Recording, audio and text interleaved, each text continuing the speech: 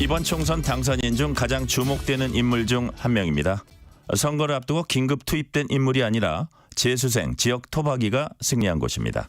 서울 도봉갑은 고 김근태 전 의원이 3선, 그 부인인 인재근 의원이 3선을 한 민주당의 텃밭입니다. 2008년 18대 총선에서 한나라당이 뉴타운 바람 속 서울 지역을 휩쓸 당시 신지호 의원이 당선됐을 뿐 1992년부터 2020년까지 8번의 총선에서 민주당이 7번을 이겼던 국민의힘으로선 험지 중의 험지입니다. 이번 총선 서울 도봉갑에서 민주당 안기령 후보를 누른 국민의힘 김재섭 당선인 전화로 만나봅니다. 김 당선인님 안녕하세요. 네, 안녕하세요. 김재섭입니다. 반갑습니다. 당선 축하드립니다. 감사합니다. 아내분이 만삭이신 걸로 알고 있어요. 아기가 네. 복덩이라는 얘기 많이 들으셨을 텐데요. 천신만고 끝 국회의원 당선과 곧 태어날 아기, 기쁨이 2배네요. 예, 그렇습니다. 그 선거 과정에서 아무래도 아내가 만삭이다 보니까 육체적으로는 좀 힘든 것이 있었는데 그래도 이제 선거에서 승리를 하게 되다 보니까 그런 피로나 어떤 지금까지 받았던 힘듦 같은 것들이 이제 보상받는 느낌이긴 합니다. 그러나 제 선거에서의 승리만 가지고 기쁨을 만끽하기에는 지금 당 상황이 워낙 엄중한 상황이기 때문에 그 기쁨은 오히려 좀 뒤로 물러나갔고 지금은 어떻게 해야 우리 당이 다시 국민들께 사랑받을 수 있을까에 대한 고민이 더 앞서가지고 마음이 좀 무겁습니다. 네네. 그럼에도 불구하고 당선된 뒤 어제는 시간을 어떻게 보내셨어요?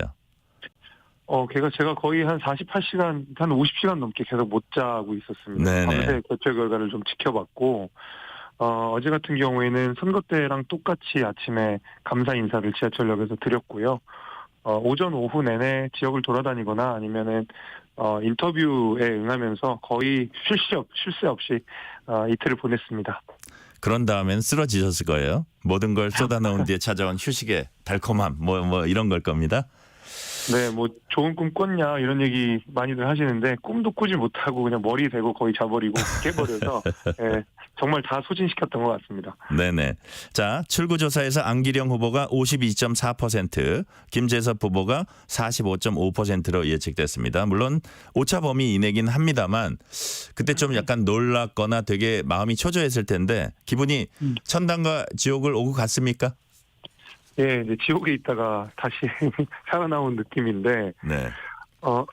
그전에도 사실은 여론조사들을 보게 되면 좋은 결과물은 아니었었거든요. 네네. 대부분 오차 범위 내에서 제가 뒤로 밀리고 있는 결과들을 받아왔기 때문에, 한편으로는 담담했지만은 제가 지역 주민들을 만나면서 들었던 것들, 그리고 지역 주민들이 주셨던 반응들, 이런 것들을 생각해 보면, 저는 이길 수 있다라는 안에 자신감은 있었습니다. 왜냐하면 겉으로 보이는 지표와 바닥에서 올라나오는 민심 간의 괴리는 제가 느끼기에는 상당했거든요. 같이 네네. 선거를 치러봤던 다선 구시의원들도 우리 동네에서 이런 정도의 분위기는 없었다 이런 얘기들을 많이 하셨기 때문에 어느 정도 자신감은 있었습니다만은 물론 출구조사를 보고는 굉장히 초조했던 것이 맞습니다. 네. 민주당 텃밭에서 16년 만에 승리 거뒀습니다. 특히 거센 정권 심판로 바람 뚫고 이른바 서울 동부권에서 국민의힘에서는 유일하게 당선됐습니다. 비결이 뭡니까? 비결은 그냥 제 진심을 최대한 국민들께 많이 전달하는 거였다고 생각합니다.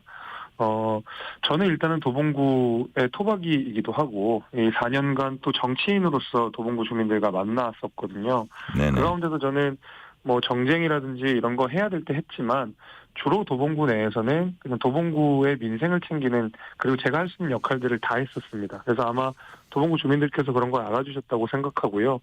무엇보다도 이 도봉구에서 연고가 있다라고 하는 것이 단순히 그냥 옆집 사니까 뽑아주세요라고 하는 1차원적 의미가 아니라 여기서 주민으로 살았던 기간이 워낙 길기 때문에 그리고 유권자가 살았던 기간이 더 길기 때문에 누구보다 유권자의 불편함과 유권자가 겪는 문제점들을 잘 알고 있었고 그것이 정치인으로서 어떤 풍성한 그리고 구체적이고 입체적인 정책에 대한 관점으로 승화가 됐기 때문에 거기에 대해서도 많이 호응을 해주신 것 같습니다. 제가 가지는 연구의 힘은 그래서 지리적으로 같은 동네다라는 것보다는 유권자로서 그리고 도봉구 주민으로서 살아온 오랜 시간 덕분에 정책에 대한 이해, 도봉구에 대한 이해가 아주 좋았다. 이런 것들이 도봉구 주민들께서 저에 대해서 지지를 보내주신 이유라고 생각합니다. 자, 김당선인이 1987년 6월생 맞습니까? 예, 그렇습니다. 제가 검색을 좀 해봤거든요. 만으로 이제 네, 36살입니다. 곧 37이 되고요. 만으로. 예, 자, 말씀하신 대로 제가 그 인터뷰 기사를 보니까 도봉에서 등하교하고 도봉에서 출퇴근했다. 그리고 이제 태어나는 아기가 태어나면 4대째가 된다면서요. 네, 그렇습니다. 예, 그래서 예, 그러니까 할아버지부터 당선인의 할아버지부터 사신 거예요. 그죠? 예, 그렇습니다. 물론 저희 할머니 할아버지 고향이 도봉구는 아닙니다. 예, 뭐 예. 이분들 다른데 계시다가 정착을 도봉구에 터를 하셨군요. 잡고, 예, 정착을 하시고 이제 재작년에 할머니까지 돌아가셔서 저희가 이제 2대가 살고 있었죠. 저희 어머니, 부모님 그리고 네. 일가 친척들과 제가 2대가 살다가 이제는 올해 이번 달에 제 딸이 태어나면 3대가 현재 살아가는 것이고 네. 저희 할아버지 조부 때까지 올라가면 이제 4대째 4대가 걸쳐 되는 살아가게 거고요. 되는 그렇게 됐습니다. 자, 도봉에서 등하교하고 도봉에서 출퇴근한 유일한 후보다. 도봉이 네. 뭘 원하는지 바닥부터 깨고 있다. 대표적인 네. 공약이 뭐가 있습니까? 제가 그 출퇴근 등하교 이런 이야기를 했던 것은 네. 제가 진짜 도봉구에서 출퇴근 등하교를 하면서 정말 어려움을 많이 겪었기 때문에 그렇습니다. 도봉구에는 기본적으로 산업이 잘 발달되어 있지가 않습니다. 과거에는 공장이 많고 일자리가 많아서 도봉구 내에서도 출퇴근을 하고 이런 일들이 많았지만은 지금은 되게 강남, 뭐 판교 내지는 광화문 이렇게 먼 길을 왔다 갔다를 해야 되는데 네. 왔다 갔다 해야 되는데도 불구하고 교통편이 좋지가 않습니다. 특히 제가 있는 도봉구 갑 같은 경우에는 지하철역이 3개밖에 없는데 한 개는 뭐 많이 쓰이지 않는 역이기 때문에 사실상 2개의 역으로 다 소화를 하고 있거든요.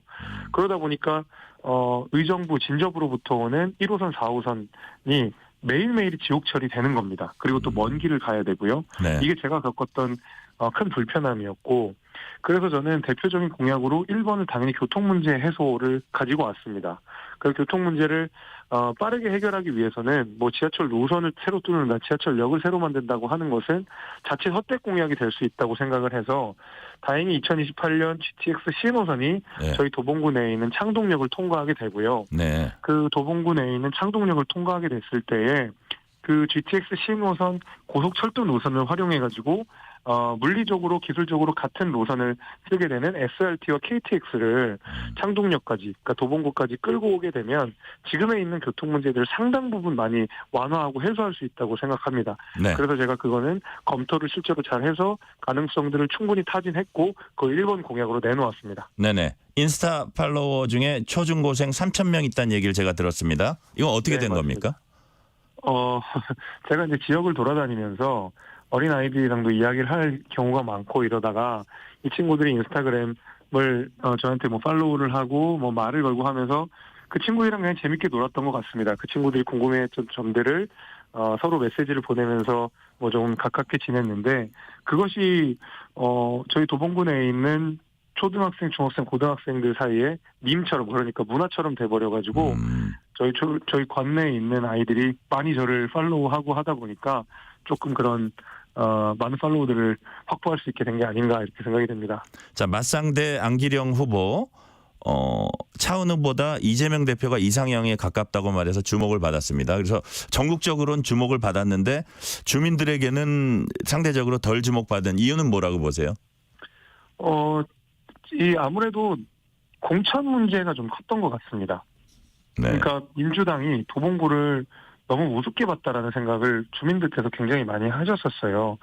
뭐 앞서 앵커께서 말씀해 주신 대로 여기는 민주당 내에서도 김근태라고 하는 큰 인물이 정치를 했던 지역이거든요. 네. 그러니까 뭐 민주당의 텃밭이다 이렇게 불리기보다는 민주당에서도 큰 인물들이 왔기 때문에 도봉구 주민들께서도 힘을 실어줬다 이렇게 이해하는 게 맞습니다. 그러나 민주당에서는 특히 이제 이재명 대표는 여기는 좋은 지역이고 우리가 계속 이겼던 지역이니까 뭐 그냥 편하게 내도 이길 수 있겠구나라는 착각을 했던 것 같고요. 그 지점을 바로 도봉구 주민들께서 선거로서 증명해냈다고 생각합니다. 자, 그래서 전략 공천을 둘러싼 논란이 있었는데 그런 견지에서 보면 도봉갑은 우리가 좀 주목할 부분이고요. 그래서 김재섭 당선인이 지난 4년 지역구 다져온 과정, 지역 밀착형으로요. 그다음 선거 과정에서의 지역 맞춤형 전략, 전 뭐 학교 인조잔디 공약 이런 것도 제가 좀 검색을 해봤어요. 근데 이런 걸 그 선거 교과서에 좀 포함시켜도 좋겠다는 생각을 했습니다. 어떻게 생각하세요? 칭찬해 주셔서 감사합니다. 근데 저는 이 민주당이 굉장히 강한 지역이기 때문에 제가 할 수 있는 모든 수단을 다 동원해야 됐습니다. 그러니까 주민들께 진심을 전달하는 것 이외에도 어떻게 하면 제가 닿지 못하는 유권자들을 닿을 수 있을까? 그리고 국민의힘을 지지하지 않으시는 도봉구 주민들께 저를 알리고 저에 대해서 우호적인 감정을 갖게 할 수 있을까를 굉장히 많이 고민했습니다. 그러다 보니까 맞춤형 공약이 나올 수 있게 된 이 배경도 그런 맥락인데, 저는 왜 각 정당이 현수막을 지역에 많이 걸지 않습니까? 네. 저는 거기에 대해서 당에서 내려온 걸 걸지 않고 항상 지역 주민들에 관련된 이야기를 걸었거든요. 중요한 위치에 대부분 지하철역이나 아니면 번화가에 그 현수막을 많이 거는데, 그냥 양당이 싸우는 정책 현수막, 정치 현수막은 기분만 나쁘고 그 당을 지지하게 되는 계기는 아니라고 보거든요. 그래서 저는 오히려 네. 도봉구에서 내지는 서울시에서 좋은 정책이 있고 도봉구 주민들이 좀 알면 좋겠다라고 생각하는 그런 좋은 정책들을 소개하는 방식으로 그 현수막의 지면을 할애했습니다. 아마 네. 그런 것들을 주민들께서 알아주신 것 같고요. 그리고 또 제 개인 번호를 현수막에 올려놓기도 했거든요. 민원을 좀 받기 위해서. 그래서 제가 처리할 수 있는 수준 내에서 그 전화번호로 온 민원들을 제가 직접 처리했고, 그 민원들을 모아서 이번 제 정책들로 내놓았거든요. 그러다 네네. 보니까 아무래도 주민 호응도도 높아졌던 것 같고요. 잔디 문제도 저를 팔로우하고 있는 저희 학생들에게도 좋은 정책들을 주고 싶었고, 그 학생들이 가장 많이 저한테 이야기를 해줬던 것이 형 학교에 잔디 좀 깔아주세요, 뭐 이런 내용들이었거든요. 네네. 그래가지고 예산을 어떤 식으로 짜면 좋을 것 같고, 이거는 이런 방식으로 잔디를 깔 수 있겠구나, 예산 요만큼 들겠구나, 나름의 검토를 충분히 한 뒤에 공약으로 걸었습니다. 네. 자, 이른바 남원정, 남경필, 원희룡, 정병국, 천신정, 천정배, 신기남, 정동영, 이런 소장 개혁파들이 옛날에 있었습니다. 근데 21대 국회를 보면 이런 젊은 의원들이 독자적 목소리, 자기 목소리 내기보다는 당 지도부 눈치만 본다는 지적도 있었습니다. 근데 22대 국회에선 젊은 국회의원들이 새로운 바람을 일으킬 수도 있다, 이런 기대를 좀 해봐도 되겠습니까? 어떻습니까? 예, 기대를 하셔도 좋다고 생각합니다. 특히 저희 국민의힘 이야기를 좀 드려보자면, 되게 이제 지난 초선 의원들에 대한 비판들이 굉장히 많으셨고, 오히려 3선, 4선 구태 정치인 같다는 얘기도 굉장히 많이 하셨거든요. 저는 지난 21대 국회의원 선거가 가져온 말하자면 후폭풍이었다고 생각하는데, 21대 국회의원 선거는 지금 선거보다도 더 안 좋았던 선거였고, 그 당시에 미래통합당이라는 간판을 달고 나온 초선 의원들은 그 어려운 여건 속에서도 당선이 될 수 있을 만큼의 좋은 지역들이었다라는 이야기가 됩니다. 네. 그러니까 여기는 선거의 바람과 상관없이 되는 지역들이라고 한다면, 초선들의 정치의 유인 동기는 공천을 잘 받는 것이고, 그 공천을 잘 받는 것은 결국에는 민심과 괴리된 내용으로 갈 수밖에 좀 없다고 보거든요. 당내 그 권력 투쟁에만 몰두를 하게 될 가능성이 높다 보니까. 그러다 보니까 민심과 괴리된 이야기들 초선 의원들이 더 많이 했다고 보는데, 네. 저는 강북구에서 유일하게 당선된 사람으로서 오히려 당권이라든지 아니면 당내 정치에 매몰되기보다는 주민들의 목소리를 더 듣는 것이 저의 유인 동기로 될 수밖에 없습니다. 그렇기 때문에 저는 오히려 당내에 있는 여러 눈치보기라든지 줄서기라든지 이런 것보다는 강북구 유일의 당선자로서 주민들의 목소리를 대변할 수 있는 그런 정치적 입지를 가지고 있는 것이고, 그 입지를 주신 국민들께 보답하기 위해서는 더더욱 세신적이고 소신 있는 목소리를 내야 되고, 그렇게 할 생각입니다. 자, 관련된 얘기인데요. 민심의 회초리 한 강력한 메시지가 담겨 있습니다. 이번 총선 민심을 봐도 민생을 좀 더 촘촘히 챙기라가 그 중심에 있을 것이고요. 동시에 여당을 향해선 대통령실과의 건전한 관계, 할 말하는 관계를 주문하고 있다는 지적들이 많이 나옵니다. 대통령실과의 관계에 관해서 어떤 점을 좀 강조하실 생각이세요? 지금까지 우리 여당이라고 하는 위치가 대통령실과 너무 발을 맞추었지, 입법부로서 행정부를 견제하고 긴장 관계로 유지해야 되는 그런 책임에는 조금 소홀했던 것 같습니다. 저는 여당이라고 하는 것의 일책문은 대통령실과의 협조보다는 오히려 입법부로서 행정부를 강력하게 견제하고, 때로는 행정부를 이끌 수 있을 만큼의 주도권과 독립성을 가져야 된다고 보는데, 오히려 우리 여당은 너무 정부와 대통령실의 종속적인 모습들을 많이 보여줬다고 생각하거든요. 그래서 앞으로 22대 국회에서는 우리 여당의 있으니 오히려 정부와의 건전한 긴장 관계를 통해서 국정 운영의 주도권을 쥐고 또 정부와 협력할 것도 협력하면서 야당과 협력할 수 있는 그런 어떤 독립성과 자주성을 가진 그런 여당이 돼야 된다고 저는 생각합니다. 네. 자, 정부 여당 앞에 각종 특검법으로 압박해올 거대 야당이 버티고 있습니다. 그래서 이제 정부 여당도 국정 기조를 이제 전환해야 된다 이런 얘기가 나오고 있는데요. 당연히 이제 전환을 더 합리적으로 해야 될 텐데 지금까지 한 번도 없었던 윤 대통령과 제1야당 대표의 만남 필요하다고 생각하세요? 선택의 문제가 아니라 당위의 문제라고 생각합니다. 이제는 국민들의 메시지가 무엇인지를 정부 여당이 너무 통감을 했을 것이고요. 그리고 우리 국민들께서는 야당에게 많은 의석수를 지금 주었습니다. 그거는 보내는 메시지가 분명히 있는 것이거든요. 야당과 정부 사이에 견제와 균형을 이루어야 된다라는 국민들의 메시지인 것이고 그 가운데서 또 국정 운영을 이끌어야 되는 국정 파트너로서 야당을 만나야지만이 민생을 챙길 수 있고 법안을 통과시킬 수 있지 않겠습니까? 그래서 저는 이제 야당 대표를 만나는 것은 단순히 그냥 좋으면 좋고 뭐 아니면 말고식이 아니라 당연히 만나야 되고 만나서 풀어야 될 문제도 너무 많다고 생각합니다. 네. 자, 이제 여당의 새 지도체제가 들어서야 할 겁니다. 각각 5선, 4선에 성공한 나경원, 안철수 이런 분들이 거론되고 있고요. 어떤 인물이 여당을 앞으로 이끌어가야 한다고 생각하세요? 뭐 거기에 대한 고민을 제가 진지하게 해본 것은 아니지만 이 두 가지의 상충되는 요구를 조화시킬 수 있는 사람이 필요하다고 생각하는데 하나는 제가 말씀드린 대로 정부와의 긴장 관계를 유지하고 정부의 국정 기조를 바꾸게 할 만큼의 강한 드라이브를 걸면서도 또 동시에 여당으로서 가져야 되는 안정성 그리고 정부와의 협력을 이끌어낼 수 있는 정치력 이런 것들을 두루 갖춰야 되는 사람이 좀 필요하다고 생각합니다. 그러니까 쇄신과 안정을 동시에 꾀할 수 있는 그런 뭐 유능한 정치인들이 필요하다고 생각을 하는데 어떤 인물이 될지는 저도 좀 생각을 좀 해봐야 될 것 같습니다. 민주당 일각과 조국혁신당에서 한동훈 특검법, 김건희 여사 특검법을 진행하겠다고 하고 있습니다. 어떻게 생각하세요? 한동훈 특검법은 사실은 그냥 사적 복수처럼 저한테는 들렸고요. 김건희 특검법을 요구하시는 국민들의 요청은 저는 엄중하게 받아들여야 된다고 생각합니다. 그러나 그 법안 과정에서 있는 여러 가지 독소 조항들은 분명히 있습니다. 예를 들면 수사 결과를 매일매일 브리핑한다는 것은 과거 지금 형사소송법과는 많이 차이가 있는 그런 조항들이고요. 그리고 또 하나 우리가 유념해야 될 것은 사인 시절에 있었던 일들을 다 특검법으로 가져오게 되면 모든 위정자들은 사실 사인 시절에 있었던 일을 가지고 특검으로 만들 수 있다는 선례를 남길 수 있기 때문에 저희는 조심해서 접근을 해야 된다고는 보지만은 그럼에도 불구하고 여사에 대한 여러 가지 문제들이 그 전에 국정 운영을 하는 데 있어서 많은 발목을 잡았고 여전히 국민들께서는 그 문제에 대해서 의문을 가지고 이거 해소해야 된다고 요청하고 있는 상황이기 때문에 저희가 뭐 조항 몇 개를 바꾸고 방향성 몇 개를 좀 논의를 한다 그러면 김건희 특검법에 대해서도 저희가 전향적인 태도를 보일 필요는 있다고 생각합니다. 네. 안철수 의원은 의대 증원 1년 유예 제안했고요. 지금 의대 증원과 의정 갈등 문제 어떻게 풀어나가야 한다고 보세요? 정부의 기조에 대해서 반대하시는 분들은 거의 없는 걸로 알고 있습니다.